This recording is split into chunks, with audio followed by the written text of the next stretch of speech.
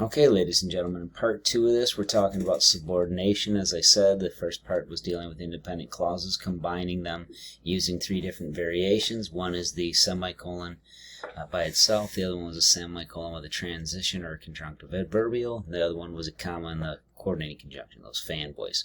Now we're talking about combining independent with dependent clauses. The independent clause, as we said, is a subject, verb, and a complete idea. The dependent clause has a subject and a verb, but due to the addition of something called a subordinating conjunction, a subordinating term, it no longer can stand on its own, so it doesn't have the predicate phrase. So a complex sentence contains at least one independent clause and one dependent clause. John cannot set up his typewriter because the wall has no outlet. In this setup here, the independent clause is John cannot set up his typewriter. John is the subject, cannot set up would be my verb, his typewriter. The composition there makes up for the predicate phrase. And the wall has no outlet would be another independent clause. But due to the word because, a little jingle there, due to the word because, which is a subordinating conjunction, it's attached to that clause. It makes it dependent. If I pulled that apart by itself and just said, because the wall has no outlet, that could not stand on its own as it does not make a complete statement. So, the dependent clause is the second one here. I can flip these around. There's no rhyme or reason as to which one comes first. I could say, because the wall has no outlet, comma, John cannot set up his typewriter. Note there, if I begin with the dependent clause, a comma comes between them. So that's going to come into play as we're going through this lesson. These are reversible, but you do have to add the comma if the dependent clause begins the structure.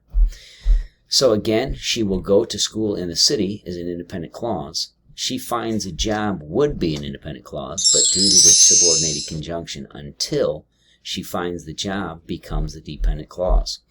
And again, I could reverse these. Until she finds a job, comma, she will go to school in the city. The reason I don't need a comma here is due to the subordinating conjunction or dependent term between. That forms the conjunction between these two clauses.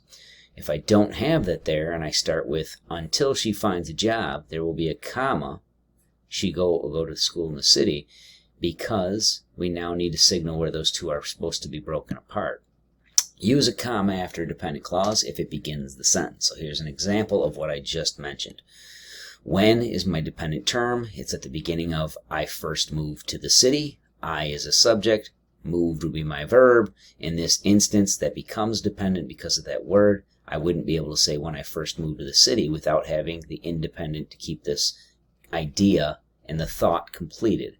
I was afraid to drive the steep and narrow streets. So I have an independent and a dependent clause in the reverse order now. Dependent followed by independent. This is complex sentence structure. That comma goes between to signal the place where the two clauses are broken. Rules for subordination, they're pretty simple. There are only 2 ways to combine independent with dependent clauses. Independent clause followed by dependent clause, and dependent clause followed by independent clause with a comma between. IC-DC and DC, IC. You'll see these in further lessons throughout the semester referred to with these abbreviations. IC-DC and DC, IC.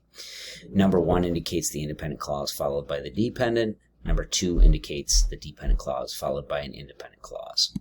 Now, that's the end of this presentation.